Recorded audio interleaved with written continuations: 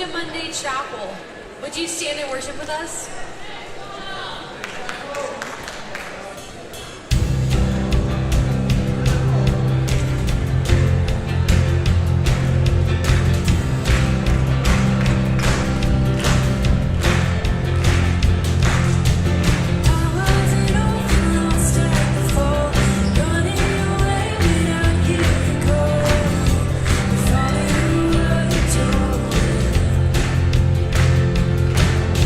Yeah.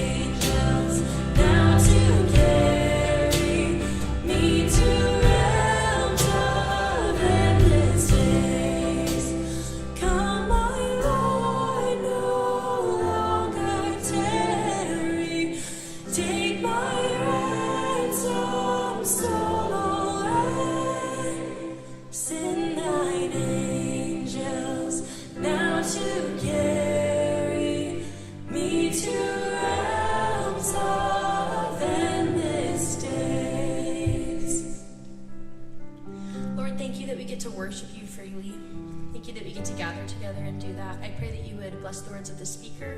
I pray that you would help us to learn what you want us to and help us to glorify you in everything that we do, Jesus. In your name, amen. Amen. Yeah, y'all can thank the band. No, you can thank the band.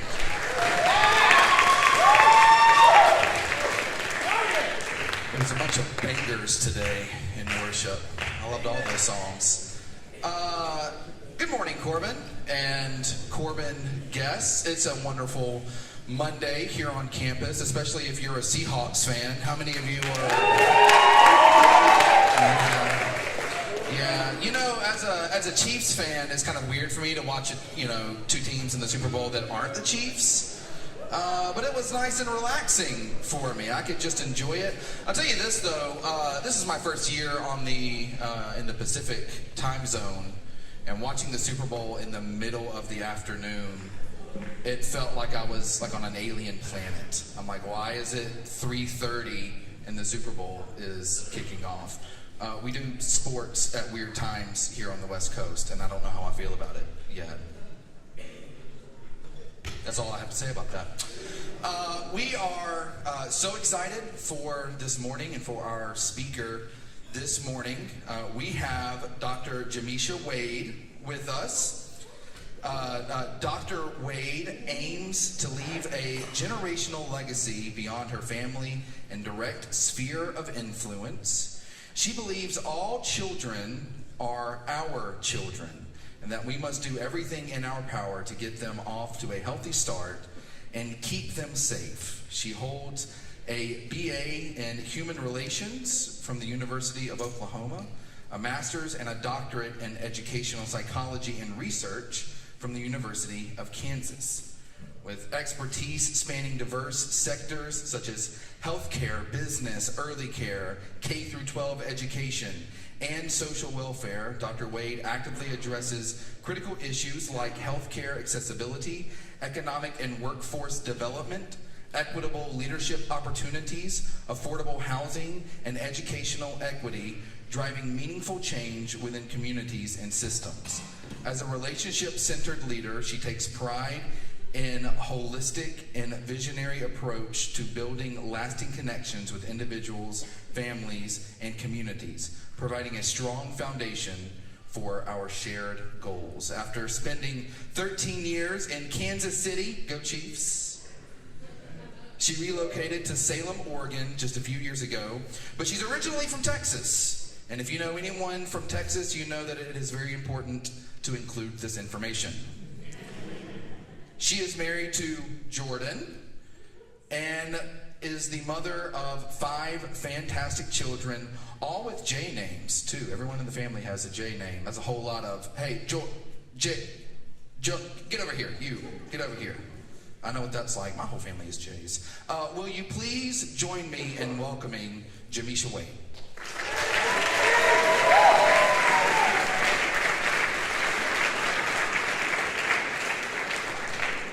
Okay, let's see if the mic is on. It is on. All right, so it is Monday. Our kids are not allowed to watch TV before school.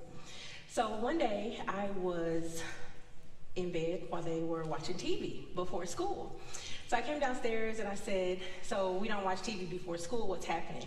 And they said, it's not TV, it's the news. To which I replied, okay, touche. Y'all kind of have a point. And so sometimes those same children, those fantastic 5 children, will hide the remote from each other, which means the remote is also hidden from me. And so Jordan will sometimes come home for lunch and he walks in and he's like, oh, so this is what you do all day, watch soap operas. Long story short, I do a whole lot of things that keep me engaged and involved with small businesses, with educators, and with leaving a legacy beyond myself. Because of the work I do and the passion projects I work on, I've earned several community and leadership awards, including a Kansas City mayor and council presenting a resolution which recognized my service towards young children and their families. I was most recently awarded a Community Transformation and Leadership Award from the Salem Leadership Foundation and the Salem Kaiser chapter of the NAACP. So I've also run several multi-million-dollar organizations. I host women's retreats, I have a coaching and consulting practice, and I focus on supporting everyday executive leaders. My everyday has also been full of grief. My granny Julia, who I named our first daughter after, passed away last April. This is one of the deepest heartaches I've ever experienced, and I haven't been the same since she passed. So as you know, when people pass away, you go through their things, and you get to see all their belongings and the life and the legacy that they lived. And so as I was going through her Bible, I found something that I kind of forgot about. It was a paper that read, "The State of Texas versus Jamisha Whitaker." I was arrested for stealing. She blamed it on my friends, my granny Julia. She blamed it on my friends, and I couldn't tell her that it was actually my idea. When I got suspended for fighting, she said it was the girls that were picking on me because I was smart and popular and cute. I couldn't tell her that it was because I was starting stuff with those girls and their boyfriends, and I really didn't even like the boys. It was just fun for me. When I got caught sneaking around with those boys, my granny again said, it's because they want to trap you, stop you from going to college. I couldn't tell her that it was my invitation. So during that time, my grandmother kept taking me to church, and it wasn't because my parents also went to church, because they gave me an option to go.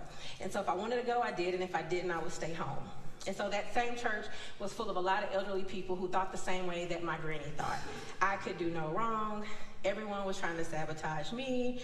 And after I got that ticket, they had something in Texas called teen court.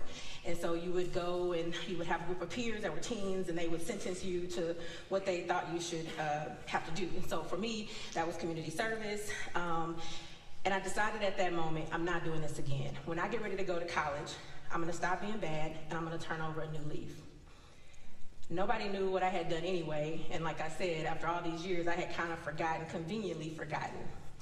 So after changing my undergraduate major from accounting to sociology to foreign language education, and then finally to human relations, I felt like I wanted to just help folks, and if they had a similar upbringing than mine, it was really important for me to focus on them. So in that time, I learned about ACEs, which led me to advocacy, and then accepting my calling to focus on studying children and supporting their families' well-being. So what are ACEs? They're adverse childhood experiences. This is a research-backed framework for understanding the potentially traumatic events and experiences that happen before children turn 18. There's 3 main types of abuse that adverse childhood experiences target: physical, emotional, and sexual. It also talks about neglect, physical and emotional, and household challenges: parental separation, violence, substance abuse, incarceration, and mental illness. While racism isn't explicitly mentioned in ACEs, it is a prevalent traumatic experience of many young children, and that is also a criticism of the ACEs framework. So while these experiences were very common, the higher the ACE score, the more direct links to increased risk for chronic health issues, mental illness, and substance misuse in adulthood due to long-term toxic stress. So I'll give you a little bit of research. 1 in 6 adults experienced 4 or more types of adverse childhood experiences, or ACEs. At least 5 of the top 10 leading causes of death are associated with adverse childhood experiences. Preventing adverse childhood experiences could reduce the number of adults from depression by as much as 44%. So, since I decided to reinvent myself in college, since nobody knew me anyway, they didn't know that I had grown up in poverty with my father incarcerated, my mother that was depressed, my parents divorced by the time I was 7, and that I had faced mental, physical, and sexual abuse. 9 out of the 10 adverse childhood experiences. Again, at that moment, I knew I wanted to help children that grew up like me because I hadn't realized that my earlier experiences may have contributed to my really risky teen behaviors. What I didn't expect to find is that all the literature about how to do that was so negative about the outcomes of children like me. Like, they became teen parents, they dropped out of high school, they were incarcerated long-term, and a lot more. So you see, as I reflected on the psychology, it has a way of focusing on deficits, the problems.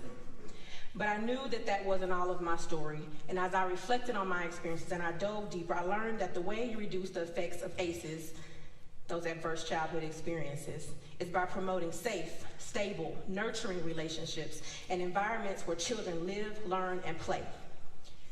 Leaning on church and God's people are also a way that we can reduce trauma and hardships for children. These are called positive or benevolent childhood experiences.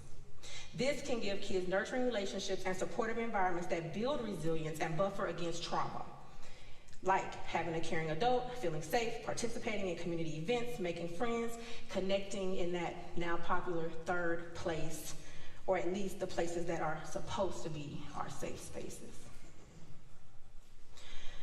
So I remember the first time I saw a flyer that said, "Love Jesus, ? Love kids, ? Sign up to serve in the children's ministry." We all know that there is always a need to serve kids. So it was a pretty frequent request.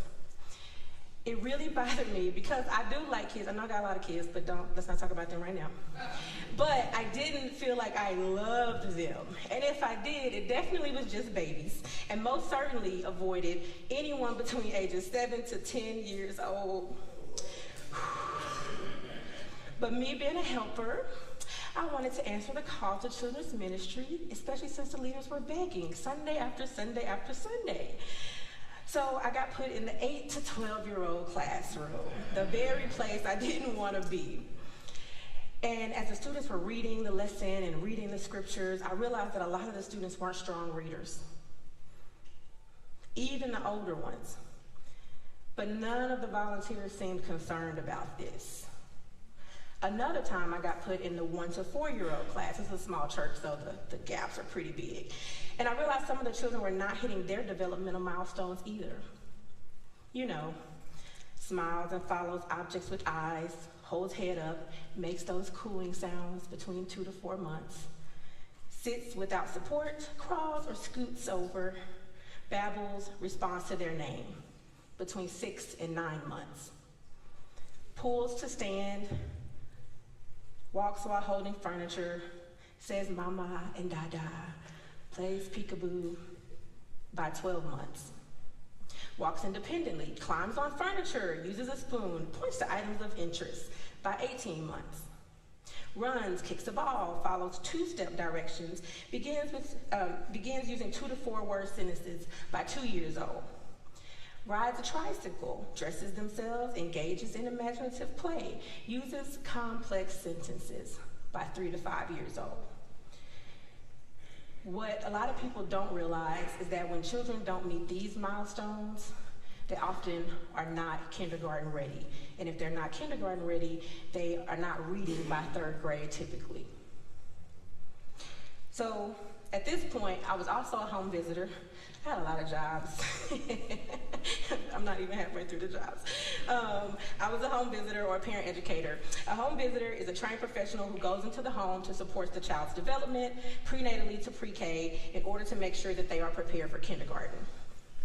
Sometimes these services are voluntary, and sometimes they are mandated by the court due to parental neglect, the child having developmental concerns, or other reasons. So I realized that I was doing more for families outside of the church than the church was doing.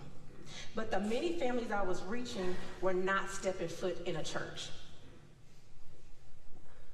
For me, talking to the families about church, prayer, and faith development was just the same as providing them resources about food, clothing, work, and shelter.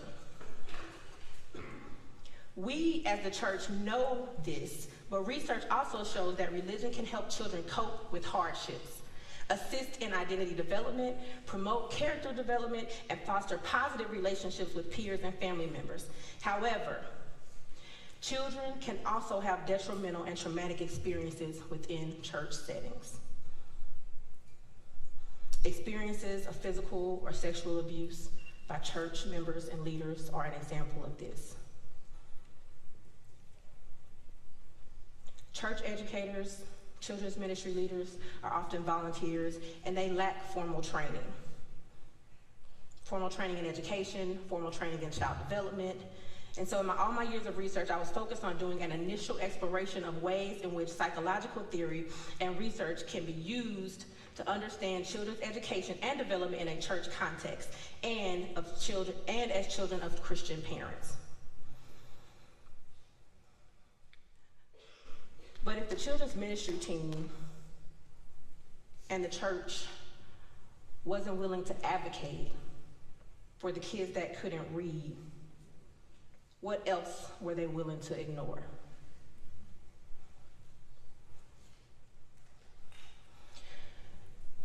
We have too many people of God unwilling to speak up and advocate. To speak up and advocate when harm is done to children. One of the reasons we neglect to deal with the issues is that we are straight up afraid. We are fearful to offend someone. We are fearful of being ostracized. And that is poor leadership. I believe that leadership is an activity. Anyone can lead anywhere, anytime. Leadership differs from authority because authority is a position meant for the protection and to enforce adherence to the rules, and it's part of being a leader. But I am a leader. We also do not allow children to have a voice in the church. We put the pastors who are entry level out there to preach on Youth Sunday. I know y'all roll y'all eyes. Some of y'all don't even want to come to church when a youth pastor is preaching. The children and youth benefit from a well-crafted sermon that is developmentally appropriate and at the stage and age of life that they're in.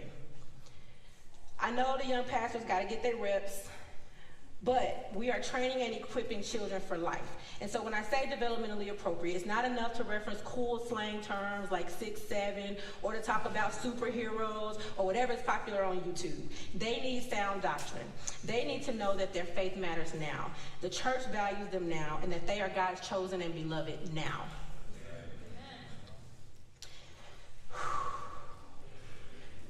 We all want to protect the church and say, what happens here is family business, and it stays here. But don't y'all know that predators seek us out because our systems of protection are weak? What's left is a trail of mistrust and a group of folks who want to be heard, not dismissed. Trained educators and professionals understand this, and a trained professional is also a mandated reporter. A mandated reporter is a person required by law to report suspected cases of child, elder, or vulnerable adult abuse or neglect to authorities. Report to authorities. These individuals, often professionals in education, healthcare, and law enforcement and social services, must report when there is reasonable suspicion of abuse rather than proof. Churches can and should put these types of protections in place. So while churches act as a third place for children, children's ministry attendance, events, and more, many young children under 5 also spend their time in formal all-day child care and what we used to call daycare. Now, when you think of daycare, people are usually thinking of taking someone to a nice older lady who may be watching soap operas like me, or they may think of some huge center. I think the goal has always been to maintain the essence of the daycare lady and making sure that the standards of care and education are high quality. The daycare lady was my grandmother, Miss Shirley, or Little Mama, as my cousins would say. She helped lay a foundation of love, security, and belonging. She kept us and others on weekends when our mamas had to work 2 and 3 jobs. She taught me that I must advocate for early care and education, which is crucial for children's brain development, fostering essential cognitive, social, and emotional skills for school and life readiness, while also supporting parents' workforce participation and boosting the overall economy by enabling parents, especially mothers, to work if they choose and or if they need to, leading to better long-term outcomes like higher earnings and reduced societal costs. It provides a structured, stimulating environment for learning, socializing, and self-regulation. Even those grandmothers that watch soap operas sometimes, they're still providing good education for kids, reading books and playing. It provides a structured, stimulating environment. We will also have stronger communities because we invest in future citizens, leading to reduced crime rates, better public health, and increased tax revenue. It is essential for employers to retain workers, as lack of affordable childcare is a major barrier to workforce participation, and we need businesses to grow and be sustainable for our communities to thrive. So, I know that we have a lot of people and folks that think women should only stay home with their children, and that if they did, we wouldn't have this problem or need for childcare.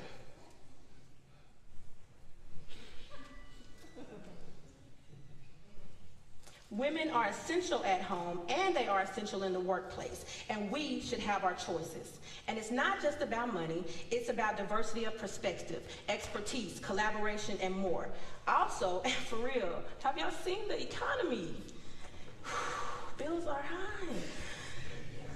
Furthermore, as a military wife, the wife of a retired military vet, there's always been this what if. What if he wasn't here? What if he faced injury and couldn't provide for our family? So the way that I cope with that, was by being strong, capable, and knowledgeable in my field and in school and in work. And you know what I realized? I really like using my time and talent to further God's kingdom through all the work that I get to do. And I'm really good at it. And I'm really good at being a mom and a wife, I think. So childcare should be available and affordable for those that need it, but why is it so expensive? For context, those of y'all that are not paying daycare bills, I'm not either, praise the Lord. Infant care is between $1,100 and $1,500 a month in a child care center. Toddler care is between $1,100 and about $1,300. Preschool care is a little bit under $1,000, a little bit over depending on the setting. So expensive. Child care is expensive primarily because it is a labor-intensive, heavily regulated industry with limited public funding, where high staff to child ratios mean labor accounts for over 80% of operating costs. So when you think about public funding, you think about K through 12, a lot of people go to school for free if they don't go to private school. But early child education does not have that same type of investment. So while parents face high rates, providers often have low profit margins, creating a paradox where workers are underpaid while childcare costs exceed mortgage payments in many areas. So for a little bit of context, the recommendation is that childcare be no more than 7% of your income. We're seeing, of a household's income, we're seeing an average of 18 to 44% of a household's income going towards childcare. So like I said, despite high tuition, workers are often paid low, sometimes poverty level wages, leading to high turnover. One of my colleagues said, why would someone want to deal with yelling and crying babies and demanding parents, sorry, I'm a demanding parent, when they can flip a burger for the same price, if not more? Calling.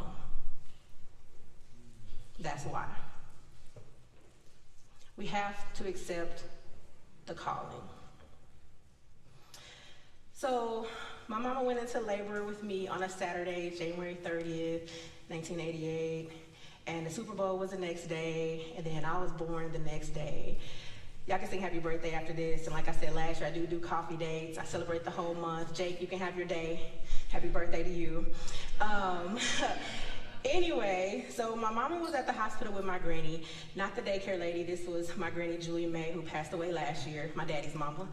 From the time I've been born, she's been telling me about how mad the doctors were that it was Super Bowl Sunday. And she would often call me on my birthday every year. This is the first year she didn't call and say, happy birthday to my Super Bowl baby. So I would either take this as an inconvenience or label myself as a showstopper, kind of like our unplanned fifth baby. Birth work is early childhood development. Birth work is early childhood development.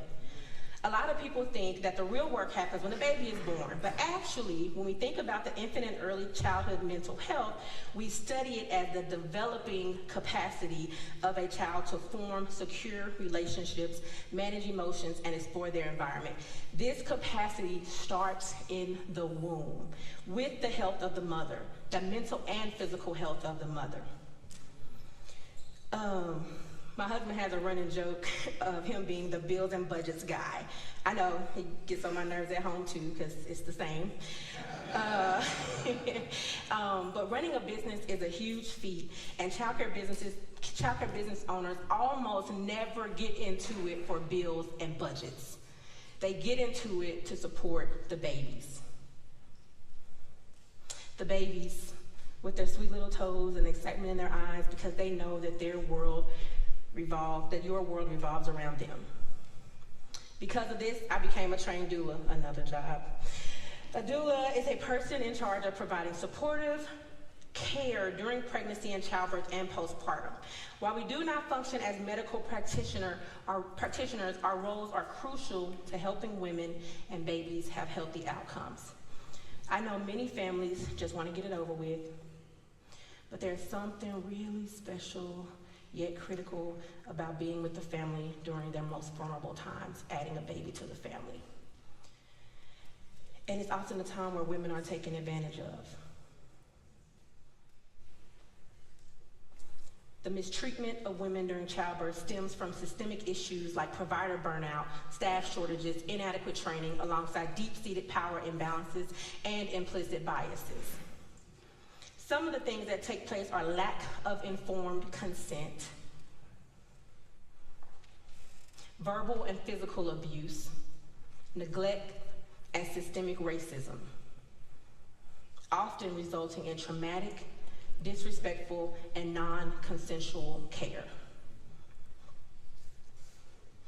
Black women are dying at alarming rates during childbirth and are 3 to 5 times more likely to die during childbirth. And no, this isn't due to poverty. This happens regardless of income and education level. For example, Black women with college degrees are still more likely to die from pregnancy complications than white women without high school diplomas, indicating that income is not the primary driver.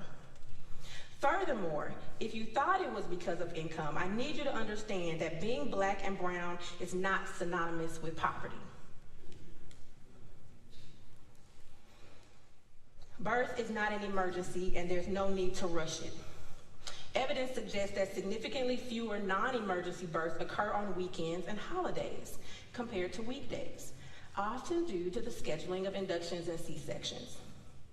While not necessarily an active avoidance of individual doctors, this trend is likely influenced by reduced staffing or resources during these times. Studies have indicated higher risk of complications, including NICU admissions and neonatal death, which is when a baby dies, for babies born on weekends and at night. Again, like the Super Bowl, not an ideal time to have a baby, but we know that babies come when they want. Infant mental health is a real thing, and how a mother is treated during her birth can affect how well she bonds with her baby, how her healing goes, and much more. It is foundational to healthy attachment. This is why we have to understand ACEs, or adverse childhood experiences. We must advocate when necessary and accept that knowing, understanding, and protecting children is a calling for us all. System change is possible with everyday actions. So, before I had all these many jobs, and I don't do all of them, they're just kind of, over years. You get the timeline later. I always wanted to be a businesswoman growing up. Not because I inherently knew best business practices. I just believed that business women did what was necessary. They weren't afraid to go around other powerful leaders and potentially be the only woman at the table. They looked cute and professional while doing it. Anything that needed to happen was already handled, or they knew who to go to get it handled. I get to help businesses and nonprofits strategically step into serving families, doing mission-aligned work, sharing power, and championing leadership and growth in communities where people have been historically discounted, misunderstood, and neglected. We get to disrupt systems that are unhealthy, unequitable, and unjust. No, it's not enough to just love Jesus and love kids. This work, the intersections of being a mother, a community leader, an educator, an entrepreneur, and a consultant, requires robust understanding of people, their experiences, their trauma, and a willingness to get them through the hard places and show them the love and light of Jesus Christ. And sometimes without even mentioning his name. There will always be people preying on the most vulnerable among us. It is our everyday actions, including disruptions, that change the system. How are the children? Is a traditional greeting of the Maasai people in Africa, used to signify that a community's well-being is directly tied to the safety and health of its youth. The expected response for how are the children is, all the children are well. indicating that peace prevails, the community is strong, and the future is secure, even among people with no children of their own. So I ask you, Corban University, how are the children? All the children are well. How are the children? All the children are well. Thank you for your time. Go in peace.